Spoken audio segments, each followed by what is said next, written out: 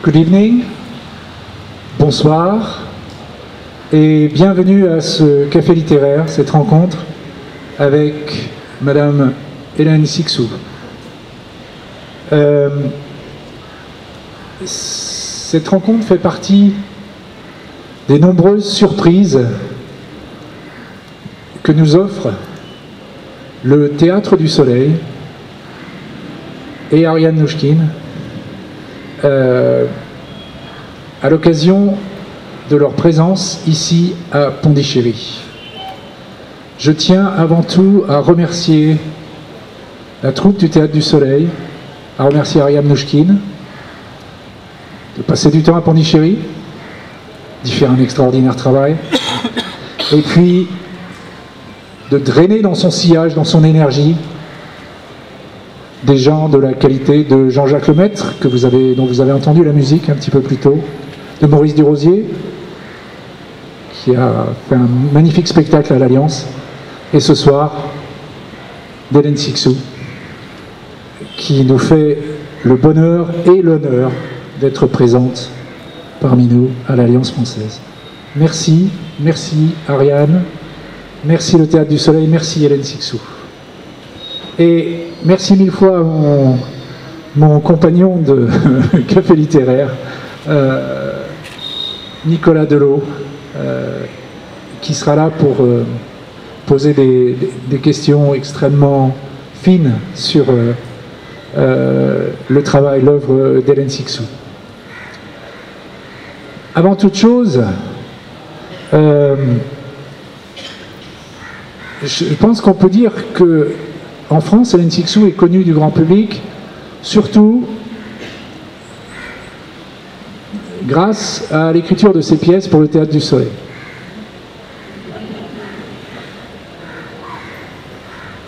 C'est ce qu'on dit, surtout, du grand public, je dis, du grand public. Alors, vous êtes libre évidemment de réagir après. Alors, je parle de ces pièces. C'est vous qui l'avez dit en anglais, hein, c'est pas moi. Voilà, je peux citer le texte. L'histoire terrible mais inachevée de Norodom Sihanouk, roi du Cambodge, l'Indiade, ou l'un de leurs rêves, la ville parjure ou le réveil des Érinies, Tambour sur la digue, et puis une collaboration sur les naufragés du Fol Espoir. Mais votre écriture dramatique, Hélène, ne s'arrête pas là. Vous avez également écrit une pièce sur la dernière nuit de Jeanne d'Arc, qui a été mise en voix, puis après en espace, par Daniel Mesguich et en musique par Jean-Jacques Lemaître.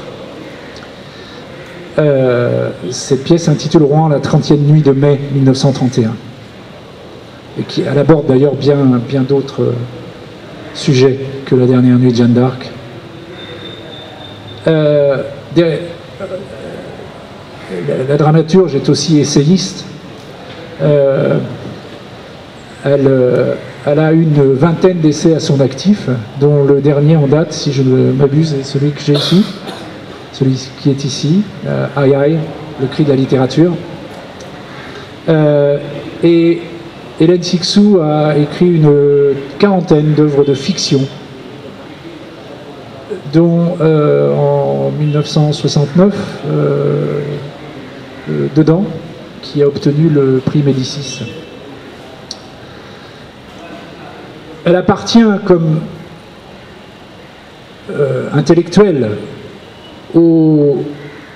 à ce groupe extraordinaire de penseurs français, Foucault, Deleuze, Lacan et Jacques Derrida, avec qui elle a eu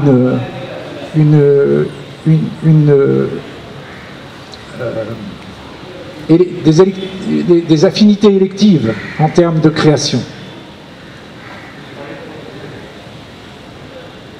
Hélène, vous êtes aussi une des fondatrices de l'Université expérimentale de Vincennes, où vous avez fondé et dirigé en 1974 le Centre d'études féministes. Vous avez enseigné à la Northwestern University aux États-Unis, participé à de très nombreux colloques un petit peu partout dans le monde, en Europe, en Amérique latine, au Japon, en Inde, l'Inde que vous connaissez bien. Et vous êtes docteur honoris causa de très nombreuses universités. Enfin, en 2014, et je terminerai ce bref cette brève note biographique là-dessus, vous avez reçu le prix de la langue française et le prix Marguerite Duras. C'est un long voyage que celui qui mène à Pondichéry, vous êtes bien d'accord. Nous allons essayer de faire un court voyage dans votre œuvre et je souhaiterais, si vous en êtes d'accord, que on s'attarde un petit peu sur, avant de voir d'aborder quelques étapes sur ce voyage, on s'attarde sur votre port d'origine, sur votre point d'ancrage, l'Algérie, où vous naquîtes le 5 juin 1937 à Oran, que vous appelez l'Algérie, que vous appelez ce littoral d'Algérie où mes fleuves prennent leur source. Hélène Sixou.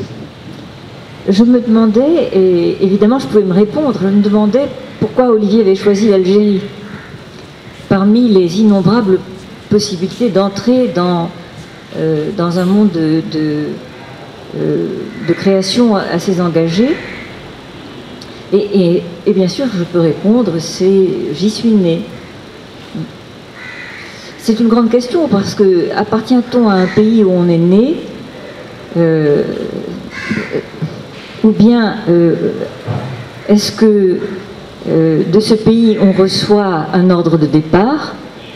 Je crois que c'est une des questions que beaucoup de gens ici doivent se poser, puisque beaucoup de gens qui sont ici sont des voyageurs, des sortes de voyageurs, des voyageurs volontaires ou involontaires, des voyageurs par le bonheur d'arriver quelque part ou par le bonheur de partir de quelque part, par le bonheur de trouver un lieu et par le malheur heureux de s'arracher à un lieu qui peut être un lieu d'hostilité ou de rejet. Et surtout, c'est une question évidemment qui est très investie à notre époque, ou disons dans notre décennie par exemple, qui est la décennie de la migration, de l'immigration, de l'émigration, de l'exil, de la fuite. Voilà. Alors, la question que je me posais aussi, c'est que, en fait, moi, je commence, enfin, mes commencements sont multiples. Je suis née en Algérie, mais la moitié de mon être, la moitié de mon âme, n'était pas du tout algérienne. C'était celle qui me venait de ma mère. Olivier a dit que j'étais née en 1937, c'est très important, je pense que les dates sont très importantes et j'espère qu'on aura l'occasion justement de parler dates. Donc dans une période qui, de manière plus ou moins consciente, se précipitait vers la guerre. Et quand je dis de manière plus ou moins consciente, c'est que dans les pays qui n'étaient pas l'Algérie, en fait, on était déjà, et pour nous aujourd'hui c'est important, on était déjà menacés par le nazisme. Bon, ma mère était une Allemande, une juive allemande, qui au moment où l'hitlérisme s'est installé en Allemagne, c'est-à-dire avant que Hitler prenne le pouvoir, en 1933, en 1929, elle s'est dit on ne peut plus vivre en Allemagne. Et donc, jeune fille, elle a eu la force de se dire il faut partir. Question énorme. Vous entendez bien que ça a déterminé énormément de choses dans mon existence. Cette nécessité de partir, qui peut ne pas être une fuite, qui peut être justement une décision de résister, et de résister d'une manière qui n'est pas de l'ordre du deuil, hein, mais de l'ordre d'une construction ailleurs ou d'un rêve. Et là, quand je dis cela, je sais que je suis aussi en train de parler de tout le mouvement profond du théâtre. Voilà, de ce que fait le théâtre, en particulier notre théâtre du Soleil. Voilà, si bien que quand je suis née, en fait, je suis née dans un monde qui rassemblait des êtres de cultures différentes, de langues différentes, d'archives mentales, de mémoires totalement différentes. L'Algérie, sans qu'on le sache, parce que je sais qu'on n'y pense pas beaucoup, puis moi j'appartiens donc à une époque très précise, très datée, était un pays où les réfugiés, maintenant ce seraient les Syriens, etc., mais ceux qui fuyaient l'Europe, on le sait peu, très souvent se retrouvaient en transit en Afrique du Nord, en particulier en Algérie, en transit parce que c'était une terre voilà, qu'ils allaient traverser pour aller plus loin, essayer de se sauver plus loin. Voilà. Moi, en Algérie, elle était mélangée d'Allemagne. Et enfant, j'étais convaincue que tout était dans la langue, que mes deux pays commençaient par Al. Voilà, qu'ils se mélangeaient et qu'ils produisaient des rejetons d'histoire et de lecture. C'est-à-dire qu'il fallait lire le monde dans toutes les langues et dans tous ses états. Alors j'ajoute maintenant que je dois à l'Algérie quelque chose d'énorme. C'était le pays, et c'est encore pour moi le pays le plus violent que j'ai connu. Un pays de violence quotidienne et de violence répandue dans la rue. Un pays de pauvreté extrême que je n'ai retrouvé ensuite qu'en Inde. Parce que ce qu'on voit ici, les lépreux, dont Pondichéry n'est pas particulièrement accablé, mais disons très, très largement, tout ça c'était le quotidien de l'Algérie. Moi je vivais dans une rue une rue de pauvres, voilà. Et c'était un pays aussi où foisonnait et où se répondait, faisait écho tous les racismes. Alors c'était multiplié comme ça. Un racisme répondait à l'autre. Il y avait le racisme, alors le racisme dominant qui était le racisme triomphant du colonialisme. C'était un pays, c'était une colonie, et j'ai vécu dans une colonie, ce que beaucoup d'Algériens qui vivent aujourd'hui n'ont même pas la possibilité d'imaginer. Heureusement pour eux, hein, ou peut-être malheureusement, parce que c'est une expérience. Voilà. Moi, je suis née anticolonialiste et antiraciste. Et des deux côtés, évidemment. Parce que, voilà. Et malheureusement, les opprimés pouvaient être les ennemis d'autres opprimés. Il y avait les oppresseurs, qui étaient les blancs français, puis il y avait les opprimés, il y en avait des quantités, et avec une population immense qui était la population algérienne, enfin qu'on n'appelait pas algérienne, hein, parce qu'on les appelait les Arabes. Il y avait un vocabulaire aussi. Hein. Et voilà. Et puis, il y avait des juifs qui ne savaient pas trop où ils étaient. Et ces juifs, dont ma famille paternelle faisait partie, étaient des gens avec une bizarre histoire. Dire qu'on leur avait attribué la nationalité française pour des raisons politiques en 1870, mais ma propre famille a eu la nationalité française avant. C'était une famille qui venait d'Espagne, qui a suivi la colonisation française, et parce qu'ils étaient truchements, c'est-à-dire qu'ils étaient traducteurs pour l'armée française, on leur a proposé la nationalité française qu'ils ont prise en 1867. C'est-à-dire que ma famille, d'origine algérienne et avant d'origine espagnole, et était une des familles les plus anciennes en nationalité en Algérie. Ce qui n'a pas empêché, bien sûr, que nous devenions apatrides d'un jour à l'autre, à partir du moment de la collaboration, du moment où Pétain a fait son alliance avec Hitler, et où on a, comme vous le savez peut-être ou peut-être pas, on a mis les Juifs à la porte de la nationalité française du jour au lendemain.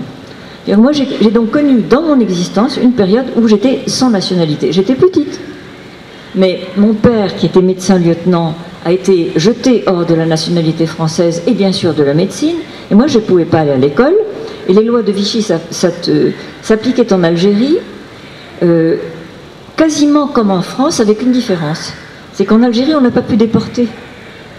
Parce qu'on n'avait pas de quoi déporter. On n'avait pas les bateaux, etc. pour déporter.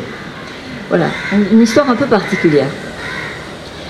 Et ça m'a formée. C'est-à-dire que j'ai appris, si je peux dire, l'humanité, plutôt que la vie, j'ai appris l'humanité dans les rues d'Oran. Et de toutes les manières. Il y avait la violence, et il y avait bien sûr, et ça c'était l'autre côté, un côté admirable, il y avait les petites minorités de gens qui d'abord parlaient toutes les langues, qui communiquaient entre eux et qui étaient d'une solidarité élémentaire non interrogée. Comme dans la maison où je vivais, où au 4e étage il y avait des Espagnols, ensuite il y avait ma famille, ensuite, et sous l'escalier il y avait Mohamed. Et Mohamed, c'était un mendiant qui vivait sur des cartons et que ma grand-mère, qui était en partie espagnole, nourrissait en l'appelant, en criant à partir du 3e, Mohamed, monte ici! Et Mohamed montait et on lui donnait à manger. Ça, c'était ma première enfance. Voilà. Et bien sûr, c'est un inoubliable. C'est-à-dire, j'ai vécu la dureté et l'amour dans ce pays. Mais le sentiment qui m'a accompagné toujours, c'est que je n'étais pas d'Algérie. Ce n'était pas mon pays. Je n'ai jamais revendiqué ce pays. Je savais que en tant que soi-disant française intermittente, française par intermittence,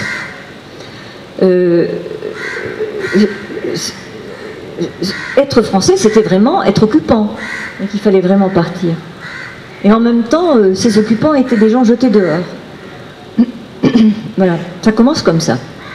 Maintenant, j'ai une chose à dire, c'est qu'il se trouve que je suis née au bord de la place d'Armes, c'est-à-dire la place centrale d'Oran. Cette place était construite comme un théâtre. À droite, il y avait le théâtre. En face, il y avait la mairie avec les 2 derniers lions d'Algérie. C'était des lions en bronze, parce que l'armée française avait liquidé d'abord les lions, ensuite les Arabes. Même chose. Et puis, à gauche, il y avait le cercle militaire qui était réservé à l'armée, et dans ce cercle-là, j'ai fait toutes mes expériences philosophiques. Et puis, il y avait de notre côté la boutique de mon grand-père, qui était une sorte de bazar où on vendait de tout, en particulier pour l'armée française, des galons, des calots, des cigarettes, des cartes postales pour que les marins puissent envoyer des cartes postales glacées à leurs fiancés. Et mon grand-père avait appelé cela les 2 mondes.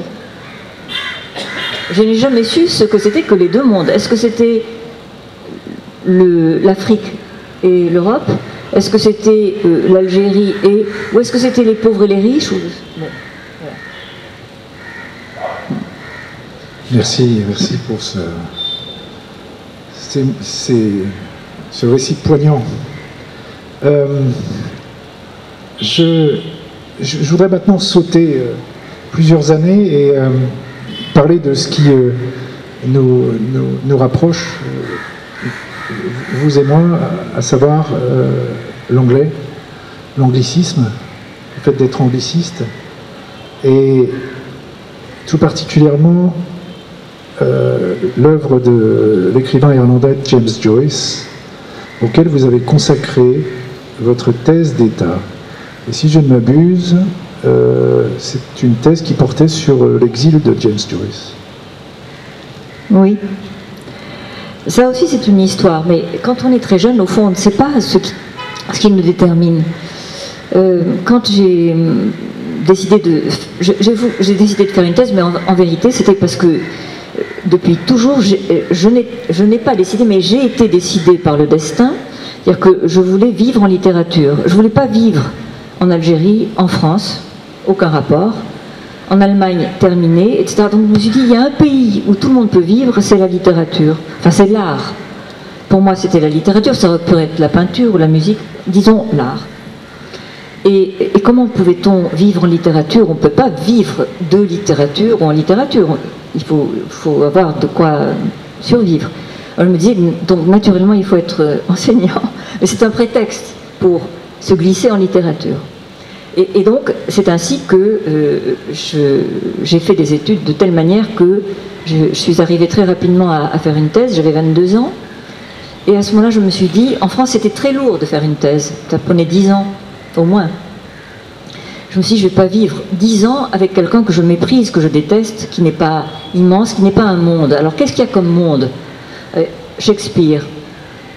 Bon, Shakespeare, il y avait 1000 thèses sur Shakespeare. Alors, je me dis, en deuxième position, pour moi, Joyce. Voilà. Le plus grand, pour moi, le plus grand. Pour vous dire la vérité, on me l'a tout de suite refusé. C'est-à-dire qu'on m'a dit, oh, Joyce, c'est pas pour les femmes. Ça a commencé comme ça. Voilà. c'est cochon, c'est bon. Et puis c'est trop difficile. Enfin, tout faisait que je ne pouvais pas faire une thèse sur Joyce. Et puis d'ailleurs, ce que ne disaient pas les professeurs de la Sorbonne, c'était qu'ils étaient bien incapables de lire Joyce. Bon. Et donc pendant à peu près un an, j'ai traîné, parce que un prof après l'autre que je ne connaissais pas, hein, j'en connaissais aucun, j'envoyais une lettre et on me répondait non. Au bout d'un an, il y en a un qui m'a dit oui. C'était Jean-Jacques Maillot, un très grand homme, vraiment, dont je ne savais pas à l'époque, et c'est quand même aussi un signe qu'il avait été un grand résistant. Voilà. Et donc je lui dois une vie. Je lui dois une vie parce qu'il a accepté. Ensuite, il a été mon compagnon, mon ami, mon protecteur. Enfin, c'est un homme admirable, très cultivé. Et alors pourquoi Joyce? Je ne me suis même pas rendu compte que je faisais une thèse sur l'exil. Enfin, je fais une thèse sur l'exil de Joyce en tout. Joyce exilée, enfin, auto-exilée de l'Irlande, et aussi immense empereur de l'exil en littérature. Bon. Je ne me suis même pas rendu compte que c'était mon propre thème, bien sûr. Voilà. Et j'ai fait mon apprentissage culturel avec Joyce, et je lui dois aussi à lui quelque chose de très particulier que je vais quand même confier dans cette ville de Pondichéry, c'est que je ne connaissais rien au catholicisme.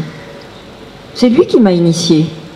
Lui qui était en guerre avec le catholicisme en tant qu'Irlandais qui voulait se libérer de l'Église. C'est comme ça que j'ai fait mes premières armes et lettres du côté d'un catholicisme si important pour la littérature, hein, et bien sûr pour la réflexion sur les religions.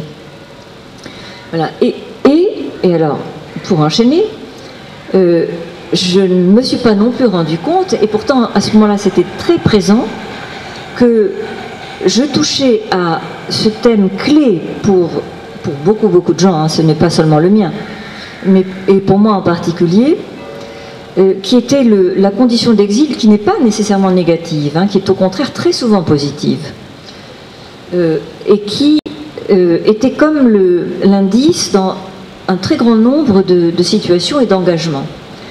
Quand je suis arrivée en France, parce que j'ai oublié de dire que je suis arrivée en France, et si j'ai oublié de le dire, c'est parce que je suis jamais arrivée en France. Je suis partie d'Algérie, parce qu'il fallait que je parte, absolument. Alors là, vraiment, dès que j'ai eu 18 ans, je suis partie. Et puis je ne suis pas arrivée en France, parce moi je ne pouvais pas arriver en France. Je ne pouvais pas arriver. Voilà. Je pouvais partir, mais arriver, c'est une autre affaire. Mais par contre, quelque chose s'est produit qui m'a bouleversée. Tant que j'ai été en Algérie, j'étais juive. Bon gré mal gré, parce que ma famille n'était pas religieuse, elle était athée, etc. Mais tous les jours on me disait sale juive, donc j'avais fini par me dire que c'était ma marque. Sale juive, de tous les côtés, hein. Bon. J'arrive en France, j'ai 18 ans, j'entre dans une salle, personne ne me dit sale juive. Il y a quelque chose qui me manque, alors je me retourne de tous les côtés, je me dis mais qu'est-ce qui se passe là? Puis ça se renouvelle au fur et à mesure, je me dis mais comment ça se fait? Je ne comprenais même pas comment c'était possible. Et j'ai mis un certain temps, d'abord à analyser cette chose qui était une donnée historique très précise, et puis à me rendre compte que je n'étais plus attaquée en tant que juive, puisque je ne l'étais plus, d'après les Français, qui ne me reconnaissaient pas. Et par contre, petit à petit, il y a quelque chose qui a commencé à mordre de toutes parts, et je me suis comme réveillée en sursaut, je me suis dit, ma parole, mais c'est pas ça que je suis une femme. Par contre, là, alors, j'ai découvert une misogynie intense qui était recouverte en Algérie par les violences des autres racismes, si bien qu'il n'y avait même pas de misogynie, tellement les autres étaient, tellement les racismes étaient phallocratiques, étaient mâles, avaient une sorte de sauvagerie, primitive et même pas religieuse. Enfin, on retrouve ça maintenant, hein. Bon. Alors les femmes, on s'intéressait même pas à elles, quoi. C'était du rien qui pour moi était hyper vivant, parce que je dois ajouter maintenant quelque chose, qui est très, très important pour moi, c'est que mon père est mort brutalement après la guerre, vraiment en une semaine, et ma mère, jeune veuve allemande, s'est retrouvée démunie de tout et a hâtivement fait des études de sage-femme. Et en fait, je suis rentrée dans le monde des femmes avec ma mère quand j'avais 14 ans, pendant qu'elle faisait ses études. J'étais tellement identifiée au monde des femmes que je ne le sentais même pas. Je vivais femme avec des femmes. Et quand je suis arrivée en France, alors là, j'ai commencé à découvrir que c'était le fond mondial de tous les refoulés, de tous les oublis, de toutes les oppressions. Et l'université était naturellement mal. Voilà. Alors quand moi j'arrive comme ça, sans me méfier de rien du tout, et que je dis je veux faire une thèse sur Joyce, je veux faire ça, etc., tout le monde me regardait en disant mais elle se prend pour quoi celle-là?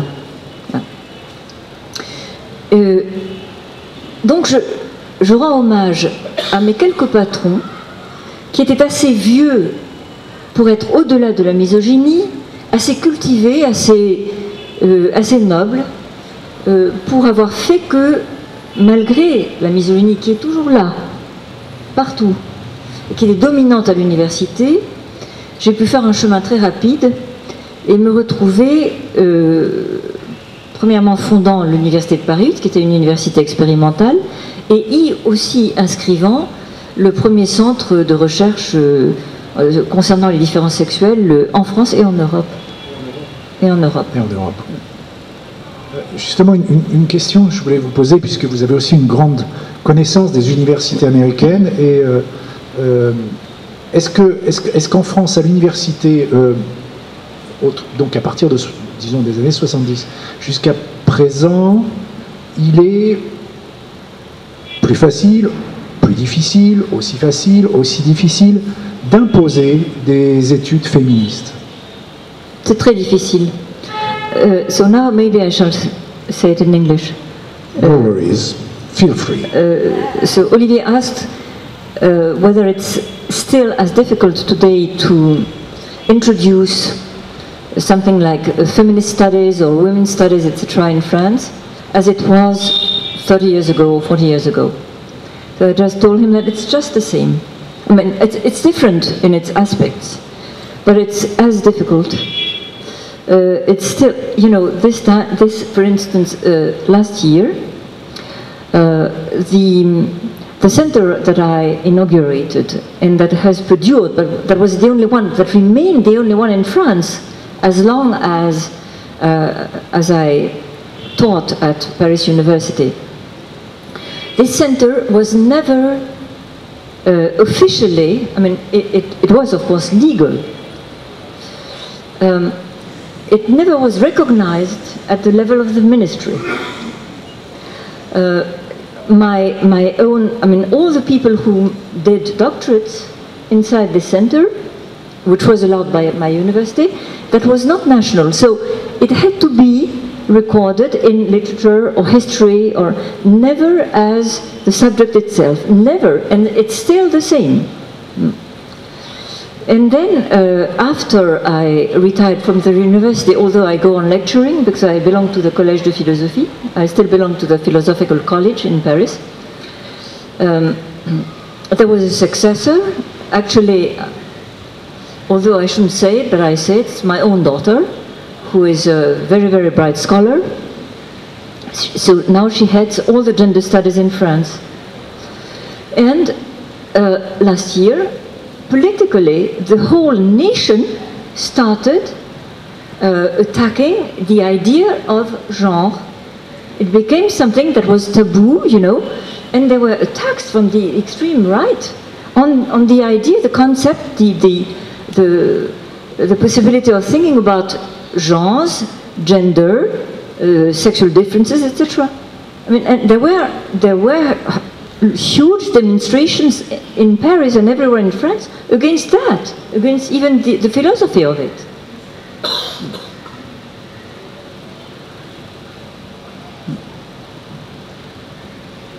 Nicolas. Oui. Je voudrais, si c'était possible, enchaîner sur votre œuvre vaste, très très vaste, tellement vaste qu'il c'était bien difficile de trouver des questions adéquates à la profusion, et j'ai choisi d'essayer d'aborder cette œuvre complexe sous l'angle de l'invention, sous plusieurs acceptions du terme d'invention. Alors l'invention, si on va chercher dans le dictionnaire, le sens le plus usuel, c'est le fait de trouver une forme, un objet qui s'offre comme une solution inédite à un problème donné. En l'occurrence, les formes que vous avez choisies sont artistiques, les problèmes soulevés par l'art sont multiples. Et la première question qui me vient, c'est dans cette dimension de recherche par rapport à l'invention, cela suppose une liberté farouche, une liberté que votre œuvre manifeste.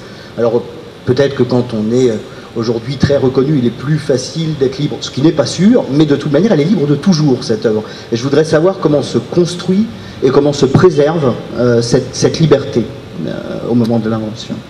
C'est une très belle question et compliquée. Alors, que je dise d'abord que je vais quand même parler de ce qui va avec l'invention, qui est indissociable. Moi, mon sentiment, c'est que la littérature, comme le théâtre, mais le théâtre est bien sûr en littérature, et la littérature en théâtre, n'est pas sans son histoire, sans son héritage, elle nous vient, elle nous parvient, elle nous arrive, elle a déjà 3000 ans et elle est en même temps effectivement réinventée. Voilà.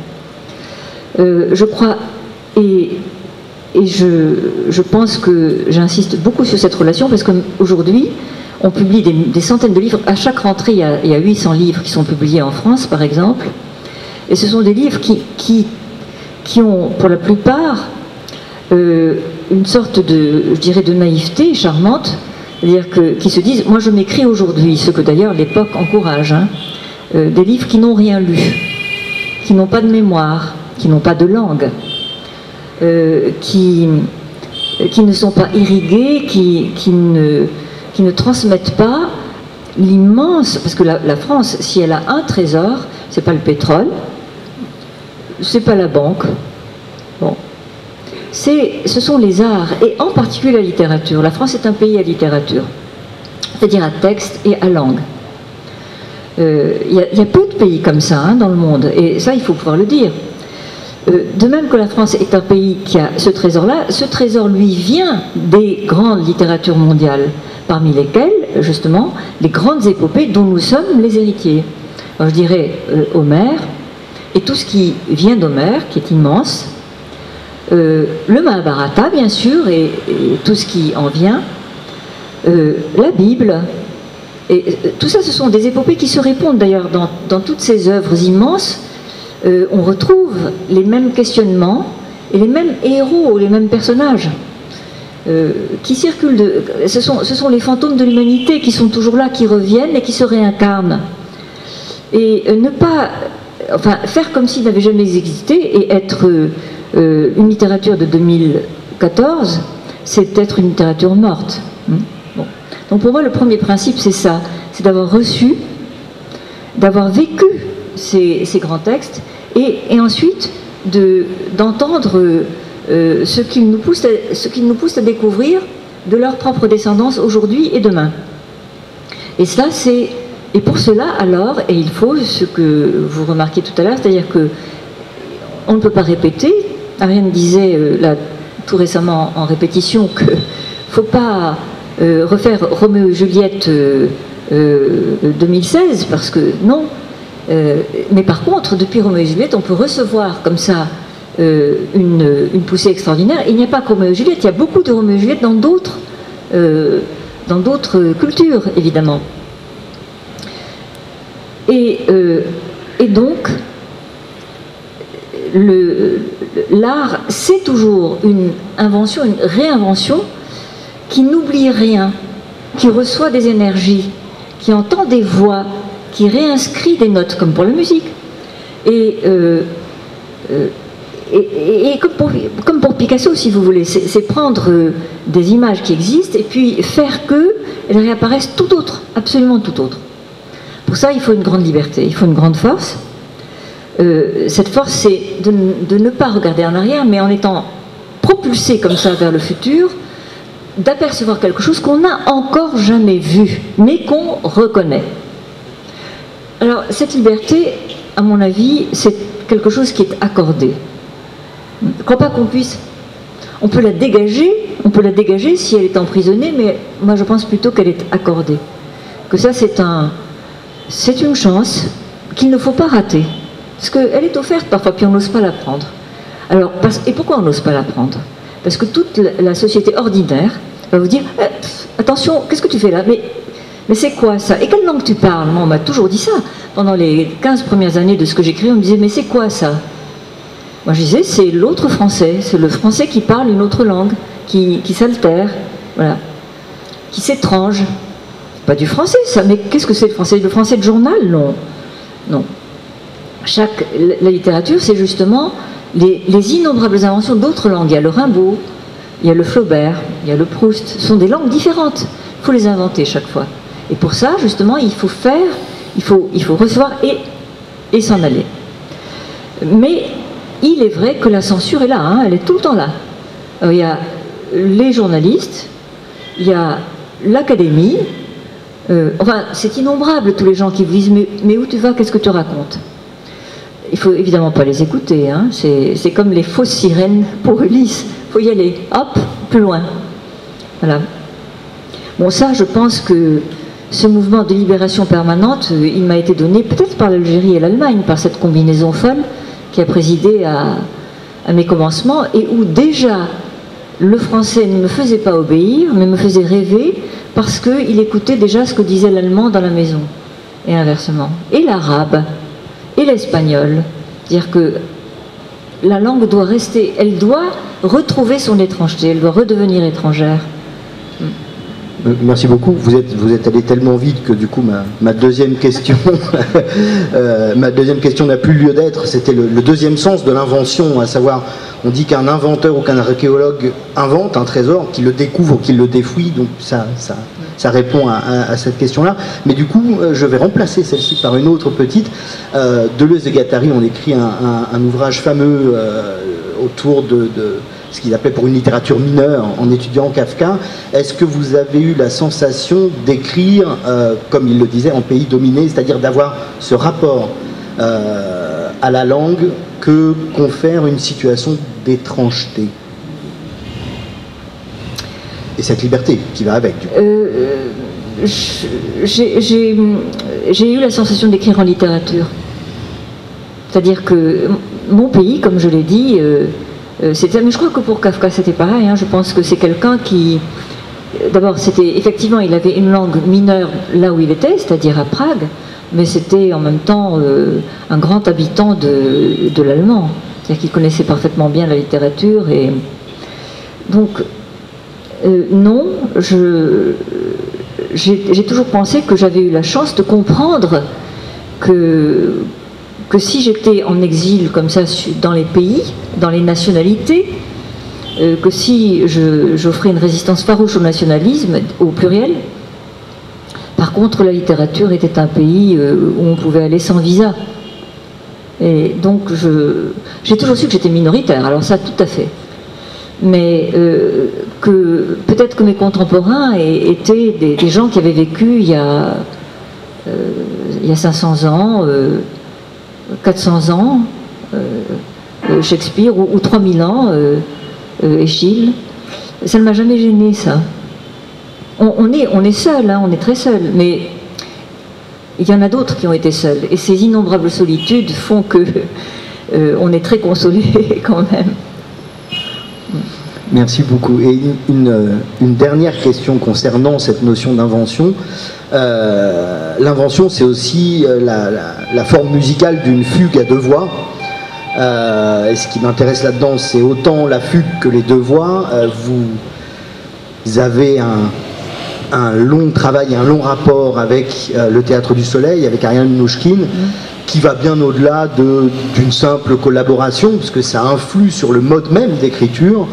Est-ce que vous pouvez nous parler de cette expérience-là de tressage de voix, de fugue à deux voix et d'engendrement mutuel d'œuvres? Alors, now I'm going to answer in English, okay? C'est bon, y a pas, ça va si je parle en anglais pour ceux qui sont anglophones? Et les francophones suivent quand même, ou bien il y a... Ça va? Bon. Hein? Quoi? En français, c'est bien? Bon, alors les questions, peut-être qu'il y aura des questions en anglais ou je répondrai en anglais, d'accord? Bon. Là aussi, le théâtre m'est arrivé sans que je l'ai cherché. Et puis, je me suis rendu compte que j'en avais besoin, que c'était vital, et qu'il était certainement déjà là, parce que mes textes sont des textes qui sont des textes ardus, puisqu'ils appartiennent à la littérature. Il faut admettre qu'on va rentrer dans le pays de la littérature. Ce que les gens, ce que je dirais seulement les happy few, ça j'emprunte ça en anglais à Stendhal, seuls les happy few vont en littérature. Je rappelle pour vous tous, ce qui m'a beaucoup aidé moi quand j'étais petite, c'était ce que disait Stendhal. Stendhal qui n'a jamais été lu de son vivant. Mais il se disait, parce qu'il était très sage, il se disait, moi je serai lu en alors d'abord il avait dit en 1884 ou 88, puis il s'est ravisé, il s'est dit non, je me suis trompé, je serai lu en 1924 et par les happy few. Et de temps à autre il y avait un bébé qui naissait, il entendait comme ça, et il se disait pouf, c'est peut-être mon lecteur. Et voilà. Bon, moi j'ai pensé exactement la même chose et ça ne m'a jamais gêné. Bon. En même temps, donc, ce sont des écritures qui cheminent avec un petit nombre de lecteurs qui sont, je dois dire, très importants parce qu'ils constituent une sorte de société mondiale, petite mais forte. Et en même temps, il y a un danger à ça parce que quand j'écris, moi j'ai besoin d'écrire comme ça, dans un rêve, donc c'est comme si j'étais dans mon lit, si vous voulez, mais assise, voilà, en somnambule. Et on peut être trop seul. Voilà. Puis le théâtre est venu à moi en la personne d'Ariane. J'avais déjà écrit des petites pièces de théâtre, mais je ne me croyais pas. Je me disais, bon. Et puis Ariane m'a demandé d'écrire pour le théâtre, et je me suis dit qu'elle ne savait pas à qui elle parlait, que j'en étais tout à fait incapable. Elle m'a dit, vas-y, essaye. Bon. Et je lui ai fait confiance, parce que je faisais confiance déjà depuis longtemps, parce que j'étais spectatrice et admiratrice du Théâtre du Soleil, depuis que j'avais vu 1789. Et donc quelques années après, elle m'a demandé d'écrire pour le théâtre. Mais j'étais très humble, ce qui n'est pas, disons, c'est pas mon ordinaire. En ce qui concerne le théâtre, je le suis toujours, parce que je ne suis pas née théâtre. Et je me suis rendu compte que c'était comme si c'était mon autre langue, c'est-à-dire une langue, une polyvocale, une langue à un très grand nombre de langues, très peuplée, et que j'avais besoin de ce peuplement, de ces peuples qui font le théâtre, à la fois parce que c'est vraiment comme si, quand on écrit par exemple, il n'y a pas de public. Quand on écrit des textes, il n'y a pas de public. Le public, c'est Dieu, c'est l'histoire, c'est... Voilà. Que ce que le théâtre contient et crée, même quand le public n'est pas là, le public est là, comme le savent les gens de théâtre.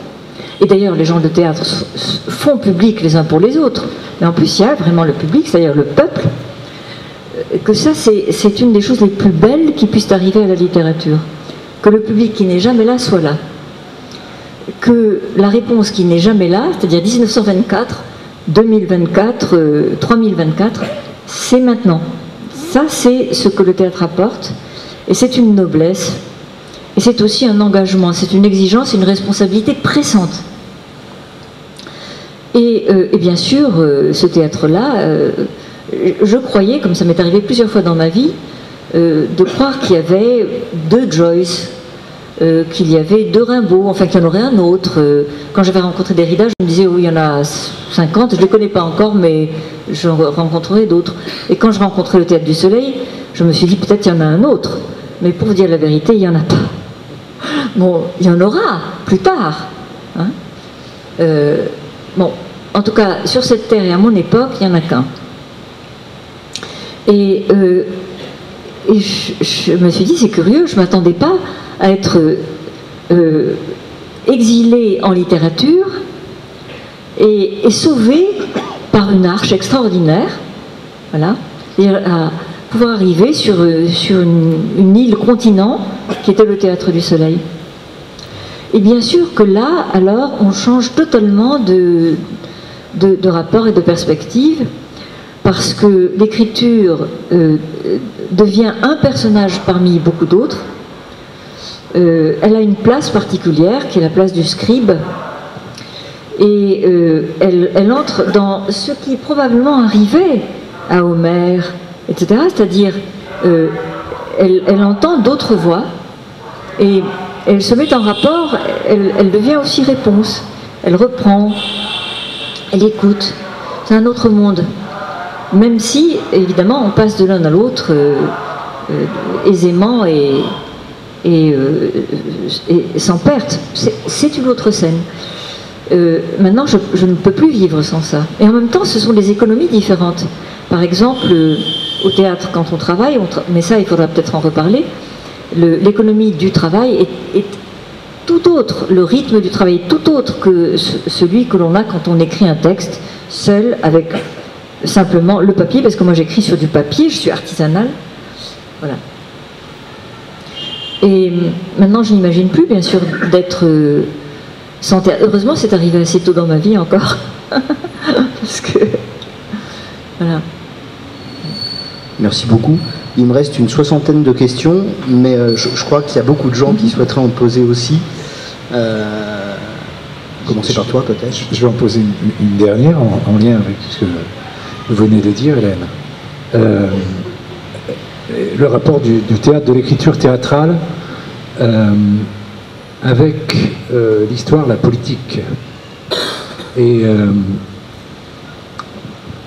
je souhaiterais que vous nous parliez de la façon dont la pièce que vous avez écrite sur Norodom Sihanouk, et qui a été montée par Ariane Mnouchkine, a changé le cours de la politique étrangère de la France. Voilà. Alors là, je vais tricher. Tu me permets, Ariane, que je dise une chose vraie, mais peut-être un peu...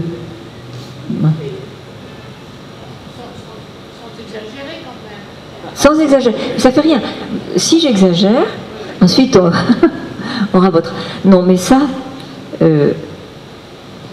D'abord, Sihanouk, c'est une pièce qui a pris de plus en plus d'importance au fur et à mesure du temps, dans notre histoire, dans notre mémoire, et qui, à mon avis, va en prendre encore beaucoup plus tard, quand on sera plus là, etc., parce qu'elle a rassemblé tant et tant de choses, tant de peuples, tant de tragédies, tant de bonheur, que là, il nous faudrait 50 séances à l'Alliance française pour en parler. Donc, je résume, puisque vous m'avez parlé de l'histoire de François Mitterrand. Il fut un temps lointain où il y avait en France un président de la République qui avait lu des livres. Voilà. Ça, c'est quand même extraordinaire. C'était un homme de culture. Je ne dis pas du tout qu'il avait une culture moderne. Et moi, je sais par exemple qu'il me lisait, mais il était plus proche justement des livres, je dirais, les plus accessibles. D'ailleurs, il me le disait, hein, il pouvait me le dire, ça. Il n'avait plus de mal avec les livres plus expérimentaux. Mais c'était quelqu'un qui essayait de se dépasser lui-même et qui allait au théâtre de temps à autre, quand il pouvait. Moi, je lui ai une reconnaissance qui devient, elle aussi, de plus en plus grande. Parce que plus on va, plus nos présidents sont incultes, ils vont arriver à l'inculture totale. Ils ne parlent pas le français, entre parenthèses. Ils font une quantité de fautes de français à la télévision, dans leurs textes, partout. Enfin, dans toutes les langues, d'ailleurs, pas seulement en français. Ils font des fautes en anglais, en tout. Voilà. Et j'ai l'impression que c'est notre avenir, en tout cas, dans un proche avenir, nous sommes dans l'inculture officielle. Donc, on prêche l'inculture en France. Donc, au temps où il y avait encore... ce président à qui on pouvait faire des reproches, mais à qui il faut aussi faire des compliments et dire qu'il a apporté quelque chose à la France, et en particulier dans le domaine de la culture, avec un ministre de la Culture qui a été très, très, très important. Ce président, un jour, est venu voir notre pièce de théâtre. J'ajoute quand même, parce qu'il faut le dire, que, je ne sais plus si c'était avant ou après, Ariane. Est-ce que c'était avant Sihanouk ou après Sihanouk qu'il est venu? Hein? Après. Voilà. Alors, quand même, je dois rendre hommage à quelqu'un d'autre, un personnage qui a eu la générosité d'accepter de devenir un personnage de théâtre, et qui était le roi. Sihanouk lui-même, qui était venu voir notre spectacle. Donc ça, c'est une autre affaire. Il a eu le courage de venir se regarder en double sur la scène. Ce qui est quand même une histoire assez particulière. Hein. Bon. C'était d'ailleurs un épisode magnifique qui nous a tous marqués, et il y a encore ici des témoins de cette aventure.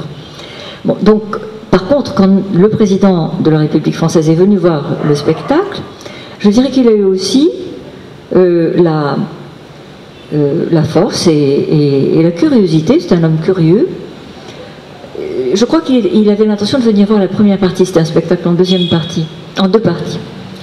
Et le spectacle, je crois, l'a conquis de telle manière qu'il a décidé pour un président de la République, c'est pas si simple. Hein.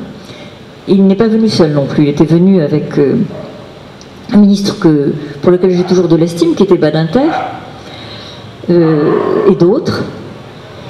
Et il a décidé de rester à la deuxième partie, ce qui a permis à ce petit groupe d'avoir un temps qui était celui de l'entracte, où on se restaure, etc. Et pendant ce temps-là, nous étions assis comme ça, avec Ariane et ministres et présidents, et il a eu je dirais la modestie de signifier les limites de sa connaissance de la situation politique, etc., qui était à ce moment-là virulente concernant l'Asie du Sud-Est et le Cambodge.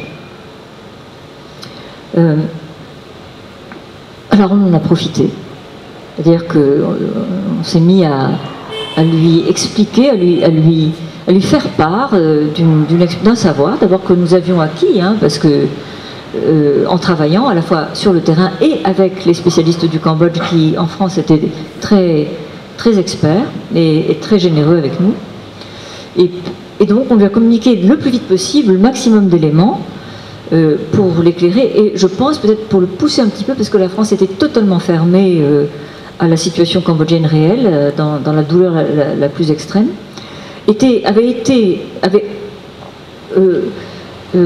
suivi la piste, enfin s'était laissé faire par une sorte d'illusion atroce de séduction des Khmers rouges. Enfin, il y avait quand même de la trace de ça, et il y avait très très peu d'accueil justement des malheureux réfugiés, ceux qui avaient échappé justement à grande peine et à grande douleur, à grand deuil au massacre, et qui étaient parqués dans les camps, à Kaouidang, etc. Enfin, c'était une horreur, et la France prenait, je crois, à l'époque à peu près 120 réfugiés par an, Ariane.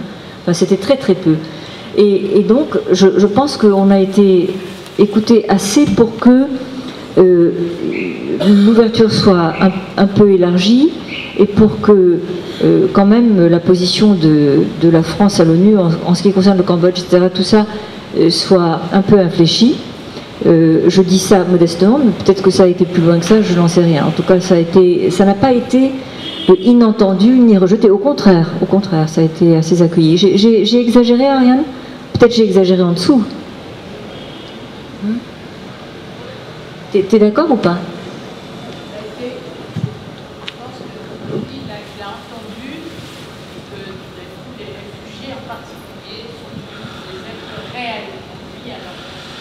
Ouais. Je pense que le théâtre a cette vertu de faire qu'il y avait des personnages, et tout d'un coup il a vu des gens, des vrais gens, voilà, et que donc certains personnages de l'ambassade, en particulier à Bangkok, qui tout simplement refusaient tout le monde, se sont entendus donner des ordres d'ouverture, voilà. Très bien. Voilà, nous allons assister à une collaboration. Et ça justement, il faut dire quand même que ça, c'est le Théâtre du Soleil. C'est-à-dire que, en fait, si moi je me suis trouvée comme ça, transportée par le Théâtre du Soleil, c'est que la vocation du Théâtre du Soleil, c'est une vocation d'art qui est toujours ordonnée par une sorte d'éthique politique. Je ne vais pas dire de politique, mais d'éthique politique. Toujours, toujours, toujours. Le soleil se préoccupe du sort de l'humanité. Et pour moi, c'est vital. Merci beaucoup, Hélène. Je voudrais juste préciser que, comme par hasard, c'est vraiment un hasard, c'est aujourd'hui le 20e anniversaire du décès du président Mitterrand. Voilà. Donc, alors attendez, justement, à ce propos et à propos de dates, parce que les dates, c'est quand même drôlement important. Hein. D'abord, on les oublie, ce qui est quand même embêtant. 8 janvier. Oui. Ensuite, moi ici, j'ai commencé à me dire, mais quel jour sommes-nous? Ce qui m'a fait peur, hein, parce que dès qu'on on perd, voilà, très important. Hier, c'était le 7, n'est-ce pas? Et c'était donc le premier anniversaire de Charlie. Voilà. Et donc, j'ai entendu, toi aussi certainement, Ariane, mais je ne sais pas, enfin bon, il y a eu une esquisse d'attentat à Paris, oui, le 7 janvier. Je me dis, attention, notre qui-vive doit être en permanence réamorcé. Parce qu'en 2 minutes, on s'endort, ou en 200 kilomètres. Et peut-être justement que la vocation du théâtre, c'est aussi de réveiller les gens tout le temps, tout le temps, tout le temps, en disant attention, les dates, elles sont toujours là, les dates de l'événement. Très bien. Nous avons un micro-baladeur et vous êtes maintenant invité à poser des questions. N'hésitez pas, dans quelque langue que ce soit. La réponse sera en français ou en anglais.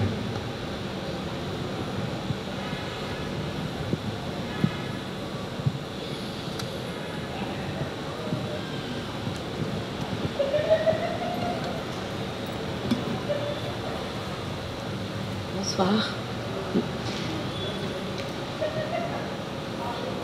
Ça marche? Oui. J'ai très peu de voix, je m'excuse, Bénédicte. Là, j'entends rien. J'ai très peu de voix, en effet. Je n'avais pas pensé que j'ai très peu de voix. Je vais essayer de me faire entendre.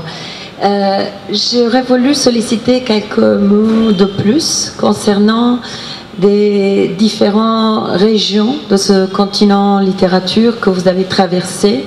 On a parlé un peu genre, dans le sens de gender studies, mais j'aurais voulu avoir quelques mots de plus concernant votre expérience de passeuse entre différentes formes littéraires, hein, de l'essai au théâtre, la fiction. Il me semble, avec cette tentative aussi de cloisonner ces différentes parties du continent littérature, de travailler de l'intérieur aussi des formes que vous avez pratiquées. Je pense que justement la littérature circule et qu'elle décloisonne.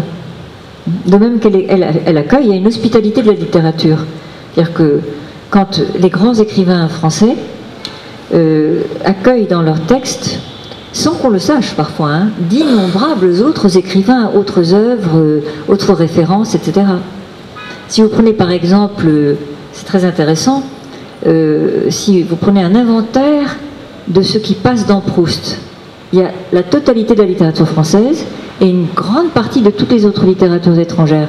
Dans Joyce, toutes les littératures, toutes les mythologies, toutes les langues du monde. Donc ça décloisonne, et les genres aussi. C'est-à-dire qu'il n'y a aucune raison, par exemple, moi personnellement, je ne peux même pas imaginer écrire un roman, je ne sais pas ce que ça veut dire. Je pense que dans un texte, il y a plein de maisons, comme au théâtre. Et donc on peut, à telle page, c'est un poème. Là, c'était une pièce de théâtre. En 4 pages, vous avez un dialogue de théâtre. Puis ici, vous pouvez avoir un chant épique. Il n'y a aucune raison, justement, pour que les genres se divisent, s'opposent, soient purs. C'est toujours impur. Et ça, c'est justement le bonheur. D'ailleurs, je pense que dans les genres au théâtre, il y a de ça. C'est-à-dire que, alors ça ne se présente peut-être pas de la même manière, mais on passe d'un registre à un autre. À un moment, on peut être en train de chanter, mais on peut s'arrêter. Ce que nous avons vu tout à l'heure comme exemple admirable, c'est-à-dire ces petits exemples de Tero Coutou, tantôt c'est un récitatif, à un moment c'est au contraire, ça peut être une comédie, une tragédie, la comédie peut être tragique, etc. Donc je pense que c'est ça la littérature, c'est justement que toutes les régions, tous les pays de la littérature se répondent et produisent un ensemble qui n'est pas chaotique, qui au contraire produit une sorte de justement de conversation ou de dialogue ou parfois de guerre intérieure entre des visions du monde. Mais c'est toujours total sans être enclos, total ouvert.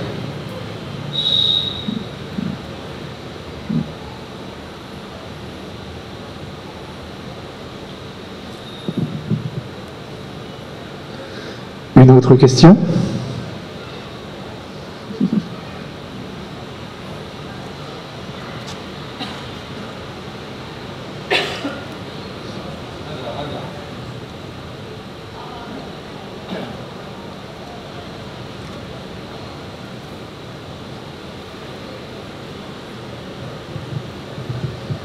Je profite d'avoir une femme si jeune et si intelligente en face de moi, ça n'arrive pas si souvent, pour lui poser la question suivante. L'état de l'Europe actuelle, qui est vraiment dramatique, que pensez-vous des possibilités que les extrêmes arrivent un jour au pouvoir dans votre pays ? Je ne citerai pas de nom, mais vous voyez de qui je parle. Oui, on se pose tous la question. Là, je crois que ça nous atteint tellement profondément oui. que tout le monde se pose la question, parce que je dirais qu'il est sage d'avoir peur. Voilà, il est sage d'avoir peur. Ça, voilà. Donc de faire que ça n'arrive pas, de faire ce qu'on peut pour que ça n'arrive pas. Maintenant, si vous me posez la question à moi personnellement, mais je ne suis que parmi moi-même, parce que moi je suis beaucoup de personnes, bien sûr, et je peux me disputer intérieurement, je peux me dire une chose et son contraire, et puis me dire non, tu penses ça, mais c'est pas ça, et puis d'ailleurs, que diraient voilà, tous les êtres qui me peuplent. J'ai tendance à me dire que ça n'arrivera pas, mais quand je me dis ça n'arrivera pas, parce que je me dis non, ça n'arrivera jamais en France, l'autre dit tu es sûr, c'est déjà arrivé? Je me dis ah oui, c'est vrai, j'ai vécu ça déjà, moi dans mon enfance, je l'ai vécu, j'ai vécu l'arrivée de Pétain, je ne l'ai jamais oublié, et je les regarde cela comme un retour. Je me dis ça, c'est la pourriture de la France qui a toujours été là, qui est un héritage aussi, un affreux héritage d'une partie de la France qui est égoïste, refermée, xénophobe, et qui malheureusement a été soigneusement entretenue par l'histoire contemporaine française. Parce que je pense qu'en France, il y a eu un grand moment, après la guerre, où quelqu'un pour qui j'ai des sentiments mélangés, de respect et d'antipathie, et qui est De Gaulle, s'est dit, maintenant il faut réconcilier. Voilà. Alors hop, on referme, et on ne fait pas le travail d'explication et de mémoire qui a été fait par exemple en Allemagne, et qui a été fait en Afrique du Sud, avec le travail qu'on appelle de réconciliation, et qui est si important. Alors en France, hop, on est reparti, on s'est dit c'est très bien, on gagne du temps, voilà, hop, voilà, Nouvelle-France. C'est pas vrai. On a laissé les démons tranquilles se reconvertir immédiatement, rentrer dans les administrations, etc., etc. Comme d'ailleurs, il faut pas se faire d'illusions, il y a eu des nazis qui sont rentrés dans l'Allemagne. Hein.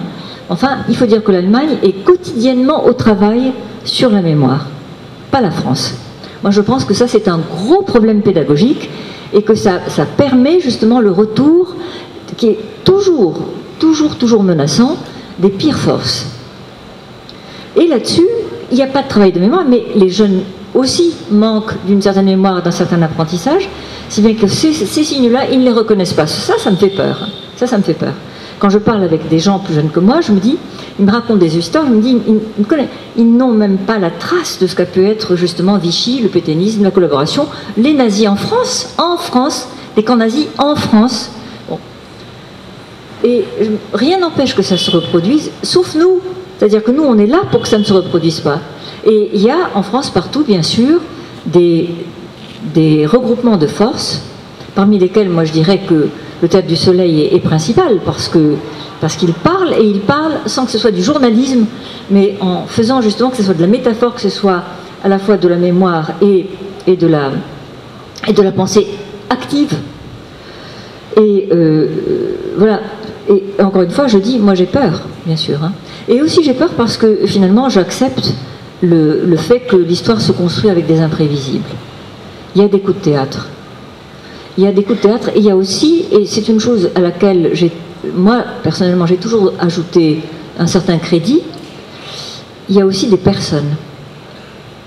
Le marxisme élimine bien sûr la question du sujet singulier. Hein. Mais moi je suis shakespearienne, je ne suis pas marxiste de ce point de vue-là, et je me dis qu'il y a des individus qui peuvent être des individus héroïques et qui peuvent sauver un pays, et il y a aussi des individus maléfiques et qui peuvent le tuer. Et ça me fait très peur.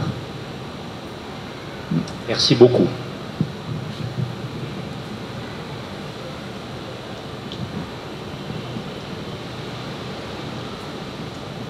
Vous savez, il y a une chose, quand on est en France, moi personnellement, je trouve qu'il y a des criminels virtuels innombrables. On fait en France tous les jours de la pub pour le Front National. Tous les jours, tous les jours, tous les jours, tous les jours. À la télévision, dans les journaux, à la radio. Vous ne pouvez pas ouvrir sans que... Alors aujourd'hui, nous allons recevoir Philippot. Tiens, aujourd'hui, voilà, c'est Marine Le Pen. Mais c'est comme s'ils étaient là. Voilà.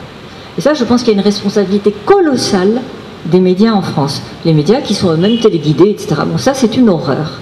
Et contre ça, on a peu de force, mais il faut lutter tout le temps, tout le temps. Pardonnez-moi de m'engager de cette manière, hein, mais bon. Hélène, pourrais-je vous poser une question sur votre rapport à l'Inde? Parce que vous avez tout de même écrit une pièce qui a marqué, l'Iliade. Vos multiples rapports à l'Inde. Alors, ils sont très multiples. Alors, ça commence par le fait que ça vient d'Ariane. Ça commence par le fait que quand elle m'a demandé de travailler pour le Théâtre du Soleil, je pense qu'elle devait rêver de l'Inde, parce qu'elle a commencé à me dire, l'Asie, bon, c'est son pays, hein, c'est son pays de théâtre, c'est sa mère de théâtre. Et moi, je ne connaissais pas du tout. J'étais plutôt orientée vers le Nord, vers les cultures du Nord, voilà. ou de l'Orient, de Grèce, etc. Bon. Et évidemment, ça m'a fascinée absolument. Et donc, quand elle m'a poussée vers l'écriture, elle m'a parlé Inde. Et le jour où elle m'a parlé Inde, j'ai eu une sorte de terreur absolue. J'ai eu une vision. Alors, j'ai vu ça, comme ça. Voilà. D'ailleurs, j'ai vu le corps de l'Inde. Et je ne me suis pas vue moi-même, mais je me suis dit, je dois être même pas un proton ou un n'importe quoi, enfin quelque chose d'absolument invisible quelque part, qui prétend qu'il va essayer de faire le portrait de l'Inde. Je dis non, ça, non. Alors, je me suis évanouie absolument dans l'espace, et je dis rien de l'Inde, jamais.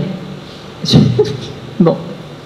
Elle me dit, d'accord, alors un peu plus petit, l'Asie du Sud-Est, voilà. Et elle en est venue très vite à une Asie du Sud-Est qu'elle connaissait très bien et qui était chère à son cœur, et donc on est arrivé très vite vers le Cambodge. Mais l'Inde est restée comme ça. Le Cambodge, j'ai réussi, enfin ma première tentative d'écrire pour le Théâtre du Soleil, je me suis glissée comme ça entre les frontières, et puis j'ai trouvé un tout petit peuple comme ça, qui étaient les Jraïs, qui n'existent plus, puisqu'ils ont été pilonnés, écrabouillés comme ça, comme un chien écrasé, ici en Inde, pendant les guerres du Vietnam. Alors j'ai commencé à écrire sur les Jraïs, etc. J'étais très fière de moi, et quand Ariane a regardé ça, elle m'a dit, non mais qu'est-ce que tu m'as fait là? Tu vois pas, c'est minuscule, nous on est grands. Je me suis dit, ça c'est vrai. Voilà. Grandeur soleil. Bon. Et j'ai fini par comprendre les dimensions du Cambodge. Je viens à l'Inde. Hein. Je me suis dit, tiens, c'est la dimension de l'Angleterre de Shakespeare. C'était exactement ça. Ça m'a aidé. Deuxième temps, un événement. Voilà, un événement. C'est l'assassinat d'Indira Gandhi. Et là, on a pleuré, ou pas, mais enfin, on a pleuré intérieurement, Ariane et moi. Et on s'est dit, ouf, ça c'est un ordre du destin. Voilà. Donc on part en Inde. Là, j'avais moins peur. J'avais évidemment très peur, mais j'avais moins peur. On ne savait rien du tout. Et premier voyage en Inde, on circule énormément, partout. On travaille comme des folles. Non. Et au fur et à mesure, je suis gagnée par... et on voit une quantité de gens inouïs, et en particulier, parce que c'était quand même dans les années 80, on rencontre encore les derniers Gandhiens, des gens qui avaient vécu avec Gandhi, les derniers Sushila, celle qui avait accompagné Gandhi, etc. Enfin, plein de gens de la classe politique. Et bon... Et au fur et à mesure, j'ai commencé à avoir froid dans le dos, et un jour, je crois que j'ai dit à Ariane, ou on se l'est dit, je suis affolée parce que Indira Gandhi, j'arrive pas du tout.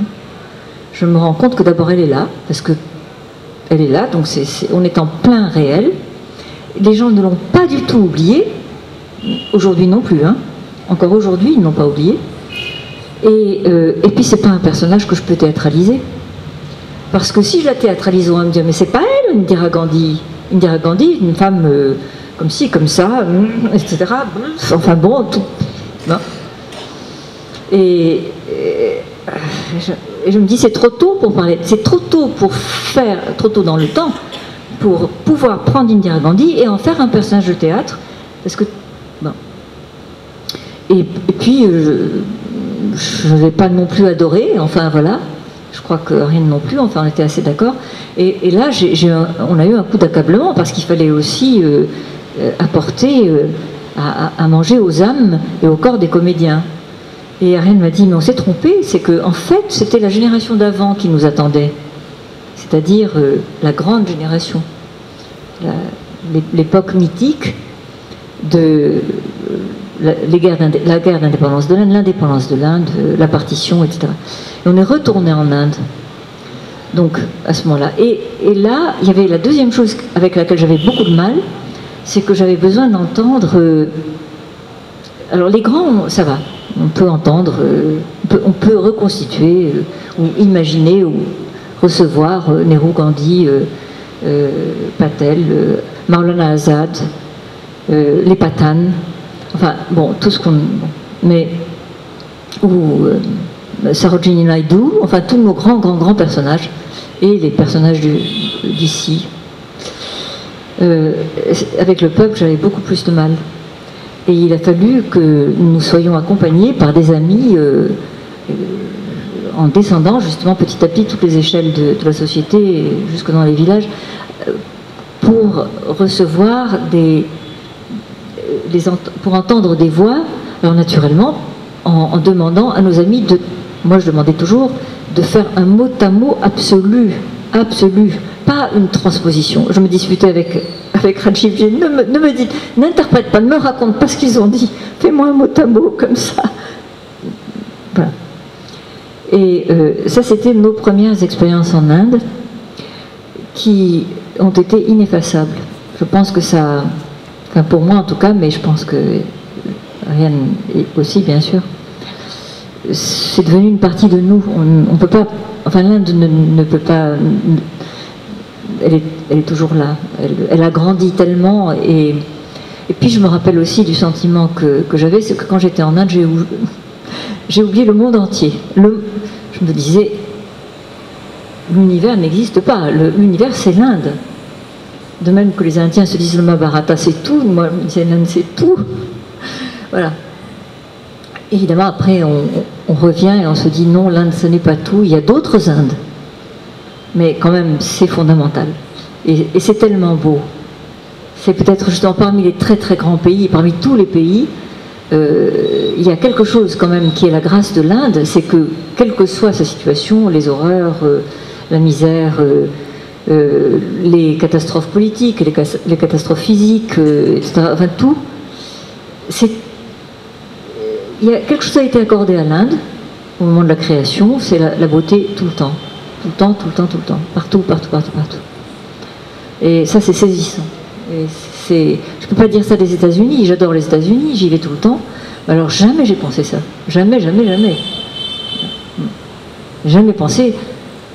C'est beau partout, je me dis toujours, partout, je me dis c'est ridicule, c'est laid, c'est bon. Mais c'est grand, mais c'est admirable. Bon, voilà. Bon, ici, tout le contraire. Voilà. Mais l'histoire n'est pas finie. j'ai une petite fille indienne. Alors ça, c'était l'imprévu. C'est-à-dire que ma fille a cherché à adopter un enfant, et elle n'a pas du tout cherché à adopter un enfant indien, mais après 1000 aventures, il se trouve que l'enfant qu'elle a reçu des dieux, c'est une petite fille du Kerala, qui s'appelle Saranya. Voilà. Écoutez, Hélène, je crois qu'on va rester sur cette très belle histoire et vous remercier infiniment pour cette heure et demie de bonheur absolu. Beaucoup de bonheur à votre petite fille également. Merci beaucoup.